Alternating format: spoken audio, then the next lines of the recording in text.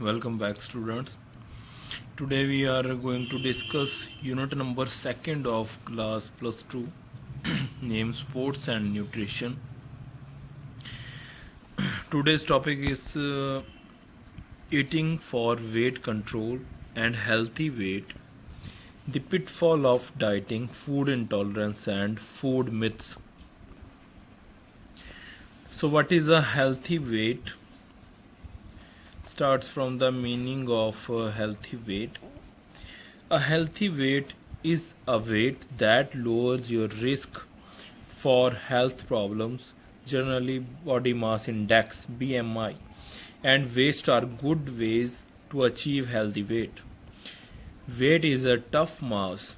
Most people know how important it is to keep weight in check, yet struggle to do so, and it is understandable in today's world where calories produced food come fast and easy, but the health benefits of staying at a healthy weight are huge and well worth the effort. Methods to know health weight through height and weight chart. So healthy weight क्या है? आपकी body में उतना ही wait होना जो आपका जो health problems का जो रिस्क है उसे कम करे, वो हेल्थी वेट कहलाएगा, जिसमें कि आपका जो एक्स्ट्रा जो फैट है, ओवर वेट है, जो आपकी बॉडी ना हो, एक्स्ट्रा फैट आपके शरीर में ना हो, मसल मास हो, आप लुक वाइज जो है आप एक हेल्थी बॉडी आपका जो शरीर लगे, तो उतना वेट अगर आपकी बॉडी में होगा, आपकी हाइट के अकॉर्डिंग जो आप फिट लगो, तो वही वेट आपका जो है हेल्थी वेट होगा. तो उसको चेक करने के लिए according to your height and your weight method आपको दिया गया है. ये अलग अलग चार्ट दिए गए हैं मेल्स के लिए और एक फीमेल्स के लिए. हाइट के according, height in centimeters, height को लेंगे आप सेंटीमीटर्स में, और उसके अकॉर्डिंगली 3 टाइप के इन्होंने वेट दिए गए हैं. अगर उसकी हाइट जो है एक स्टूडेंट्स की या एक पर्टिकुलर पीपल की, तो हाइट उसकी सेंटीमीटर्स में लोगे आप. जैसे फॉर एग्जांपल 157, अगर उसका वेट 50 to 54 है तो वो लो वेट में आएगा. अगर उसका वेट 53 to 57 है तो मीडियम वेट में आएगा. अगर वेट 57 to 63 में है, 175 की हाइट, 157 की हाइट में, तो ये 3 कैटेगरीज दी गई हैं to check the weight according to your height. ऐसी हाइट इंक्रीजिंग में है, 160, 162, 165, 167 अप टू 193. तो ऐसे 3 कैटेगरीज दी गई हैं, लो, मीडियम और मैक्सिमम वेट की. तो आप इजीली चेक कर सकते हो कि आपकी कितनी हाइट है और आपका बॉडी वेट जो है वो कितना है. उसके अकॉर्डिंग BMI आपका चेक हो जाएगा. ऐसे ही फीमेल्स के लिए हाइट इन सेंटीमीटर्स में है 147, low weight 41 to 44, medium weight 43 to 48, maximum weight 47 to 53. Height जो है इंक्रीजिंग में है 150, 152 अप टू 183. तो आप इजीली चेक कर सकते हो अपना body weight according to your height, कि आप फिट हो या नहीं, आपकी बॉडी में एक्स्ट्रा वेट है या आप में बहुत ज़्यादा फैट है, या आपका जो बॉडी का प्रपोर्शन है वो प्रॉपर है या नहीं. आगे है BMI to check your body mass index. एक फॉर्मुलेशन हम यूज़ करते हैं जिसे हमें दिया गया है, जैसे the body mass index is the value derived from the mass weight, mass that is weight, and the height of an individual. The BMI is defined as the body mass divided by the square of the body height and is universally expressed in units of kilogram per meter square resulting from the mass or weight in kilogram and the body weight in meters। तो एक आपको BMI calculate करने के लिए एक formulation दिया गया है जिसमें आप हाइट लोगे इन मीटर्स में और वेट लोगे इन किलोग्राम्स में। फॉर्मूला क्या है, इसमें आपको weight in kilograms over height into metre squares में, हाइट को आप स्क्वायर करोगे वेट इन किलोग्राम्स में लोगे। जैसे फॉर एग्जांपल आपकी हाइट 1.70 मीटर्स है और weight 70 kilo, 70 upon 1.70 into 1.70 that is equal to 24.22। तो इस तरह से आप अपना जो है बॉडी मास इंडेक्स आप चेक कर सकते हो अकॉर्डिंग टू योर हाइट। ये टेबल आपको दिया गया है BMI चेक करने के बाद आप कैलकुलेट कर सको इजीली कि आपका रिज़ल्ट क्या है। तो जैसे 1.70 मीटर्स की हाइट में वेट 70 किलो है, उसका जो रिज़ल्ट आएगा वो 24 आएगा। तो आपका BMI अगर बिलो है 18.5 से तो आप अंडरवेट हो, अगर 18.5 टू 24.9 है तो आप नॉर्मल रेंज में हो, अगर 25.0 टू 29.9 है तो आप ओवरवेट हो, अगर आप 13.0 टू अबव है तो आप ओबेसाइड्स हो, आपका बहुत ज़्यादा जो है ओवरवेट है, मोटापा बहुत ज़्यादा है, आप में एक्स्ट्रा फैट बहुत ज़्यादा है, तो आपको लूज़ करने की बहुत ज़रूरत है। तो इस तरह से आप according to your height you can easily check your body mass index by using this formulation weight upon height into metre squares.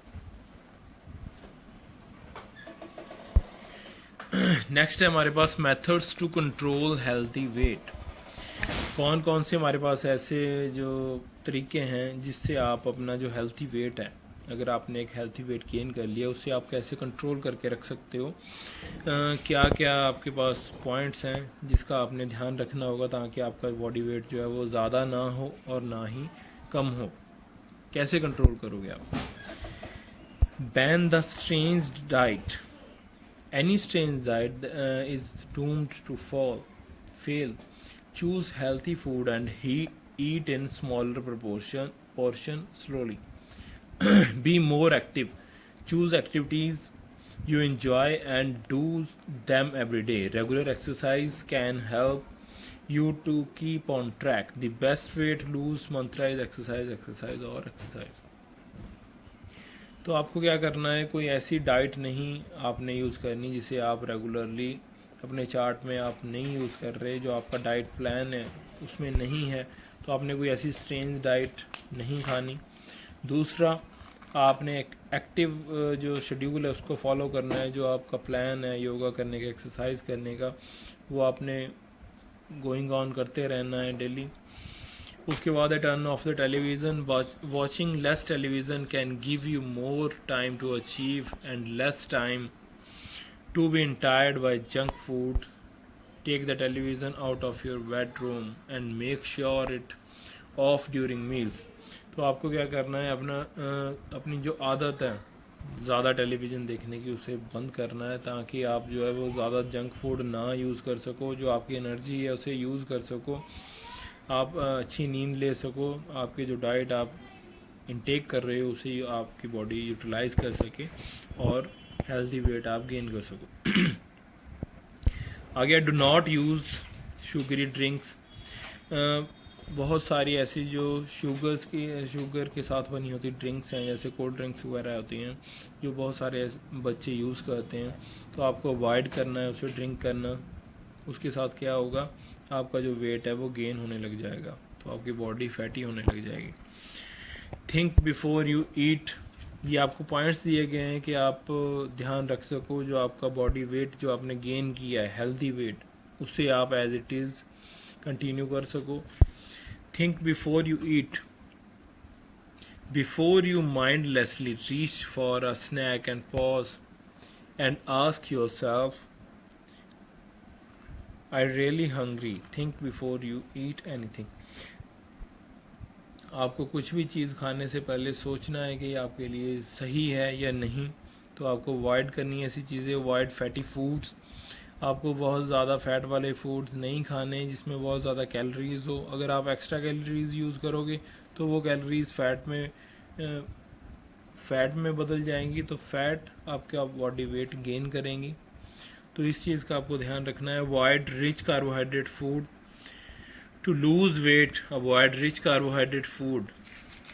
You should reduce the amount of carbohydrates in your diet. अगर आप body weight को gain नहीं करना चाहते, अपनी body को healthy रखना चाहते हो, तो आपको अपनी डाइट में से कार्बोहाइड्रेटेड जो आपकी डाइट है उसे निकालना है। बहुत सारा जो जंक फूड आप यूज़ करते हो उसे कम करना है।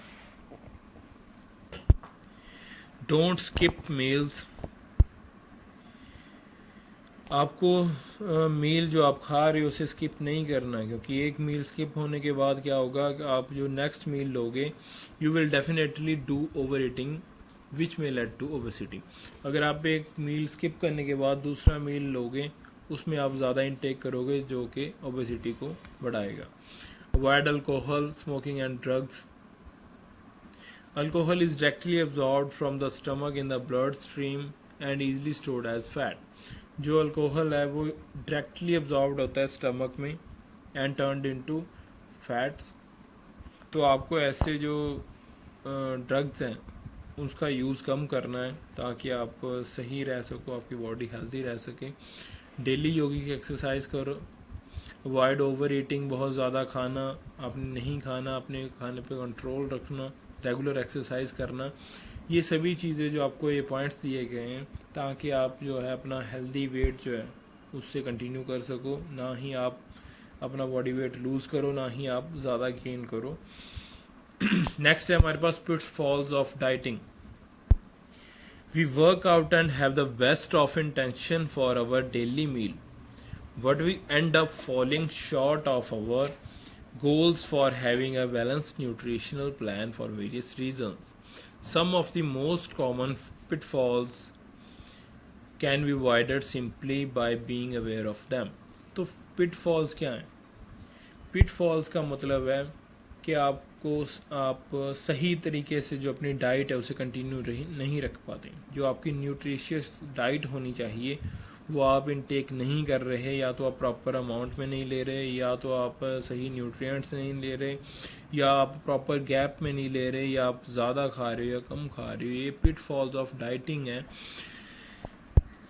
जैसे low energy diet, starving, intake of calories through drinking, underestimating the calories, restriction of some nutrients, skipping meal, not performing exercise. ये सारे पिटफॉल्स ऑफ डाइटिंग है जिसे आप वन बाय वन हम स्टडी करेंगे। Low energy diet, a very low caloric diet is not just any diet that is low in calories. If you need to lose weight, talk to your healthcare provider about the approaches that may work best for you. अगर आप बहुत ज़्यादा low energy वाली diet ले रहे हो तो वो आपकी बॉडी में कोई वेट या आपका मसल गेन करने में आपकी हेल्प नहीं कर सकती, क्योंकि उसमें बहुत ज़्यादा कैलोरीज वैसे ही कम है।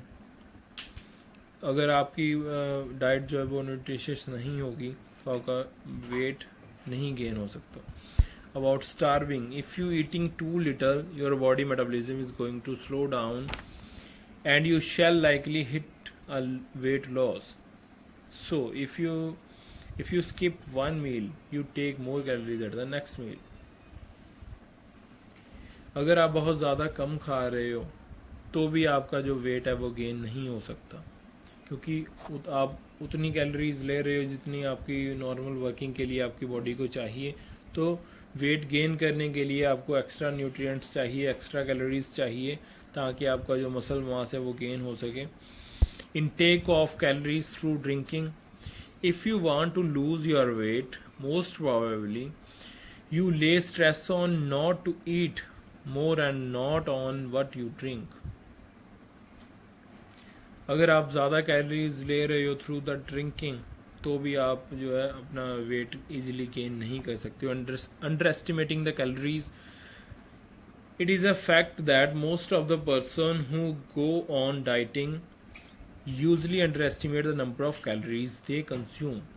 So it is essential to be more aware about the number of calories you take in your diet.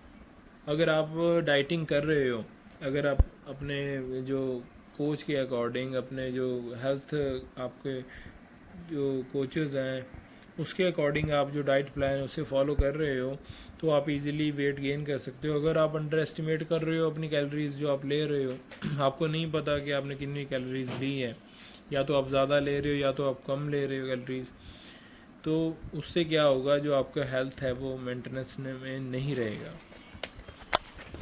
तो आपको इस चीज़ का ध्यान रखना है कि आप कितना कैलोरीज इनटेक कर रहे हो, कितनी आप यूज़ कर रहे हो. Restriction on some nutrients. Generally, some nutrients like carbohydrates and fats are restricted in dieting. In reality, your body needs all type of nutrients. If you don't take all the nutrients, proper functioning will be impaired. आपको क्या करना है, जो सभी types के जो nutrients है आपको लेने हैं, क्योंकि बहुत सारे ऐसे न्यूट्रिएंट्स हैं जो आपकी बॉडी को कम अमाउंट में चाहिए, कम क्वांटिटी में चाहिए, लेकिन वो आपकी जो इंटरनल ऑर्गन्स हैं उनकी फंक्शनिंग के लिए बहुत ज़्यादा ज़रूरी है. स्किपिंग मील. अगर आप स्किपिंग कर रहे हो, मील में बहुत ज़्यादा गैप डाल रहे हो, तो आप जो है अगले मील जो आप नेक्स्ट मील इनटेक करोगे उसमें बहुत ज़्यादा जो है वो मील खाओगे. उससे क्या होगा, आपका जो है वेट गेन होगा ज़्यादा. Not performing exercise. If you go on dieting and do not perform exercise, it will not work properly. Instead of losing weight, you are likely to gain weight. As a matter of fact, exercise has a positive effect on metabolism. अगर आप अपना जो weight lose करना चाहते हो और अगर आप डाइट इनटेक कर रहे हो लेकिन एक्सरसाइज नहीं कर रहे हो, उससे क्या होगा, जो आप एक्स्ट्रा कैलोरीज इनटेक कर रहे हो उससे आपका बॉडी वेट गेन होने लग जाएगा, कम होने की बजाय आपका बॉडी वेट ज़्यादा होने लग जाएगा. तो आपको एक्सरसाइज करना डेली रूटीन में बहुत ज़रूरी है. नेक्स्ट है हमारे पास food intolerance. Food intolerance is that when a person has difficulty in digesting a particular food. Food intolerance is more common than food allergy. Food intolerance is a term used widely for varied physiological responses associated with a particular food. In simple words, some persons can tolerate a reasonable amount of food, but if they eat too much and too often, they get symptom of food intolerance. Food intolerance come on gradually, not frequently. It is not life threatening. तो food intolerance का meaning क्या है?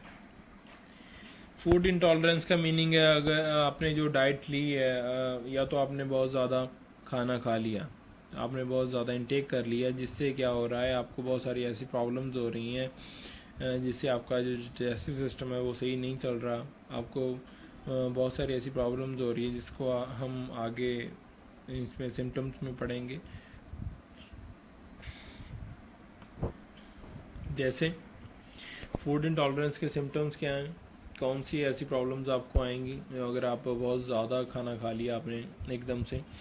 Headache, back pain, gas burning, menstrual symptom, heartburn, yeast infection and anxiety, skin rashes, diarrhea, irritable bowel syndrome, frequent cold and infection, overweight, chronic tiredness, itching, reflux, food craving, mood swing, hay fever, constipation, mouth ulcers.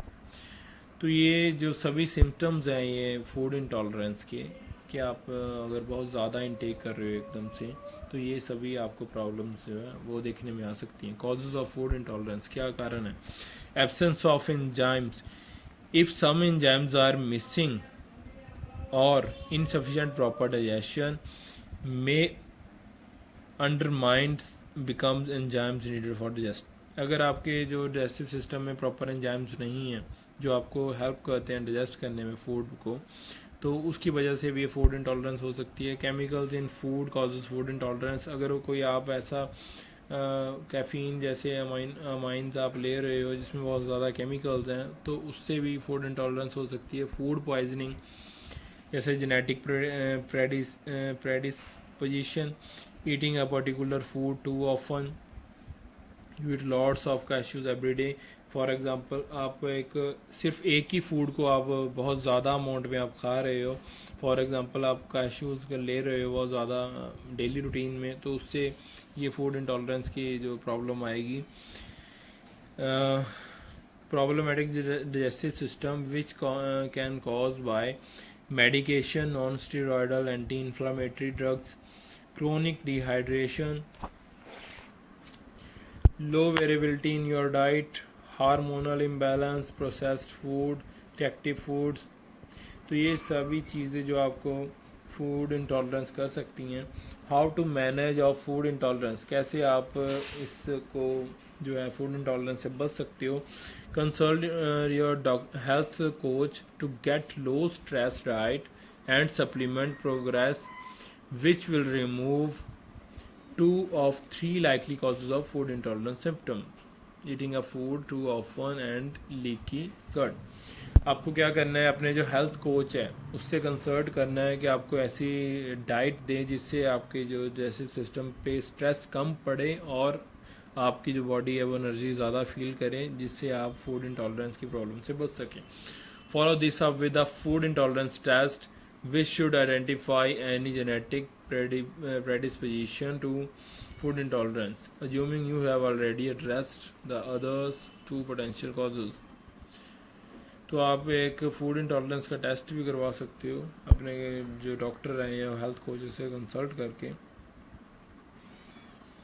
तो last में conclusion क्या है, low stress and dietary supplements options, take 2 or 3 months on focus। The food that most commonly cause intolerance: nuts, eggs, gluten, dairy foods. Artificial additives are also a major culprits, although there is currently no way to test reactivity on these. Remember, the symptom of food intolerance can show up between 30 minutes and 5 days after you have eaten a reactive food. A symptom diary and hair test may also be helpful in indicating food intolerance। तो आपको करना क्या है, आपको लो stress वाला diet जो है आप यूज़ करें। अगर आप बहुत ज़्यादा इंटेक नहीं कर रहे, आपकी बॉडी जो है वो फूड इंटॉलरेंस के सिम्टम्स दिखा रही है, आपको कोई प्रॉब्लम हो रही है, तो आप न्यूट्रिशियस फूड लीजिए, लेकिन कम अमाउंट में लीजिए। इसके जो सिम्टम्स है वो after taking the food 30 minute से 5 दिन के बीच में आपको सिम्टम्स दिखाई देने लग जाते हैं। अगर अब वो आप रिएक्टिव फूड आपने खा लिया है तो आपको सिम्टम्स आने शुरू हो जाएंगे। उसके बाद है हमारे पास food myths. We often hear about food myths, sometimes things are repeated so much that we are inclined to believe they are true. Here are some of food myths are given। आगे हमारे पास food myths, कुछ ऐसी myths according to food जो हम कुछ ऐसी कहावतें जो हम अक्सर सुनते रहते हैं, जो हम मानते हैं कि ऐसा भी हो सकता है, वो हम उसे कह सकते हैं food myths. Eating most of your calories in the evening promotes weight gain. ऐसा भी माना जाता है कि अगर आप शाम के टाइम बहुत ज़्यादा कैलोरीज लोगे तो आप इजीली वेट गेन कर सकते हो, ये भी एक फूड मिथ है। Fat free is calorie free. ये भी माना जाता है कि जो फैट फ्री होगा उसमें कैलोरीज भी नहीं होंगी, ये भी एक मिथ है जिसे बहुत सारे लोग बिलीव करते हैं कि अगर उसमें फ़ैट नहीं है जो अभी आप इनटेक कर रहे हो तो उसमें कैलोरीज भी नहीं है, लेकिन ऐसा नहीं होता। कार्बोहाइड्रेट्स और शुगर कॉज वेट गेन। ये भी थर्ड टाइप ऑफ मिथ है कि कार्बोहाइड्रेट और शुगर है जो वो वेट गेन करते हैं. कैसे? Carbohydrates do not cause weight gain unless they contribute excess calories intake. The same hold true for protein and fat. Finding from the National Weight Control Registry show the people who have successfully maintained weight loss tend to eat diet that are higher in carbohydrates and lower in fat. तो ये जो myths हैं कि carbohydrate अगर उसमें ज़्यादा होगी या शुगर ज़्यादा होगी तो उसके साथ क्या होगा, वेट गेन होगा, तो ऐसा नहीं है. अगर आप बहुत ज़्यादा एक्सेसिव अमाउंट में आप कैलोरीज इनटेक कर रहे हो, बहुत ज़्यादा कैलोरीज इनटेक कर रहे हो जिसकी आपकी बॉडी को ज़रूरत नहीं है, एक्स्ट्रा अमाउंट में ले रहे हो, तो आपका बॉडी वेट जो है वो गेन होगा. क्योंकि एक्स्ट्रा कैलोरीज जो है वो कन्वर्ट हो जाती हैं in the form of fat. तो ये आपको याद रखना है. फोर्थ है हमारे पास yoghurt is the perfect diet food. Many dieters swears by it but some yoghurts can be as fattening as ice cream. Yogurt is good for people of all ages. Yogurt is also important for those wanting lose weight. Researchers show that calcium helps to reduce weight gain.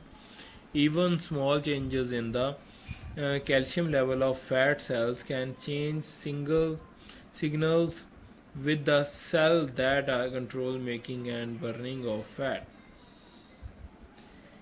But needs to be remembered is no one food is going to prove magic. It is a combination of effective diet and exercise plan that are really work. Avoid yogurt that contains added sugars and sweeteners. तो yogurt जिसे कि माना जाता है कि perfect diet है, ऐसा नहीं है.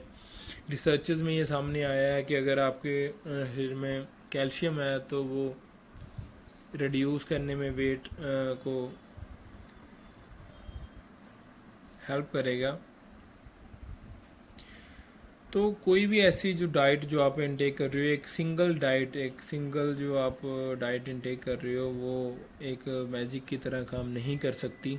तो आपको जो है सभी तरह की डाइट को प्लान करना पड़ता है. अलग अलग टाइप की जो डाइट्स हैं, फूड हो जैसे आपका फ्रूट हो गया, जैसे सैलड्स हो गए, या दूध हो गया, मिल्क हो गया, मीट हो गया, अंडा हो गया. तो आपको बहुत सारी ऐसी चीज़ें जो है वो एक प्लान करनी पड़ती है जिससे आप अलग अलग तरह के न्यूट्रिएंट्स ले सको. तो ये सभी चीज़ें मिलके एक प्रॉपर न्यूट्रिएंट का अमाउंट बनाती हैं जिससे आपका जो है बॉडी वेट वो गेन हो सकता है या कम हो सकता है according to your diet plan. Potatoes make you fat. एक मिथ है कि पोटैटोज आपका वेट जो है वो ज़्यादा करते हैं, लेकिन ऐसा नहीं है. आपको क्या करना है, अवॉइड करना है इसे ज़्यादा लेना, कम अमाउंट में लें तो ऐसा कुछ भी नहीं है. Do not take milk immediately after eating fish. ये भी एक मिथ है कि आप फ़िश खाने के बाद जो है फ़िश खाने के बाद आप दूध नहीं पी सकते. तो ऐसा कोई साइंटिफिक जो प्रूव नहीं है कि आप मिल्क नहीं पी सकते. एक्सरसाइज में यू टू ईट मोर. ऐसा भी माना जाता है कि एक्सरसाइज अगर आप ज़्यादा करोगे तो आप बहुत ज़्यादा खाओगे. Often people shy away from doing exercise using this excuse. However, researchers have shown that after 20 minutes of exercise, people ate no more than those who had done nothing. तो ऐसा मानते हैं लोग कि आप अगर एक्सरसाइज करोगे तो आप बहुत ज़्यादा खाओगे, उससे आपका वेट जो है वो गेन होगा, लेकिन ऐसा नहीं है. रिसर्चेज में ऐसा देखा गया कि 20 मिनट एक्सरसाइज करने के बाद लोग जो हैं वो उतना भी नहीं खाते, उन लोगों के बराबर भी नहीं खाते जो कुछ भी नहीं करते. लास्ट में हमारे पास extra protein make you strong. The body has tremendous reserves and is very adaptive. The idea that you have to eat specified food in specified amount every day to maintain performance is unsound. You do not need to starve yourself to lose weight when we are active. Our body uses its own fat and carbohydrates for fuel. A diet that includes animal and vegetables protein supplies all the body needs and replenish its stores. Besides, high protein diet often lack key nutrients found in carbohydrates foods. You need every kind of food. तो ये एक myth है कि आप अगर extra protein लोगे तो आपकी बॉडी जो है वो स्ट्रांग होगी. ऐसा नहीं है. आपको सभी तरह का फूड लेना आपके लिए ज़रूरी है. आपके इंटरनल ऑर्गन्स के लिए, अलग अलग तरह के जो हमारे अंदर सिस्टम्स चल रहे हैं उनको रेगुलेट करने के लिए, हमारी प्रॉपर फंक्शनिंग के लिए, मसल्स को सेल्स को ब्रेक डाउन होने में और रिपेयर होने के लिए, मसल्स को पावर देने के लिए, हमारी बॉडी को स्ट्रॉन्ग रखने के लिए बहुत सारे ऐसे जो हैं हमें न्यूट्रिएंट्स प्रॉपर अमाउंट में चाहिए. तो सभी तरह का फूड हमारे लिए बहुत ज़्यादा ज़रूरी है. तो हमें हर एक चीज़ जो है वो खानी चाहिए अपनी डाइट में.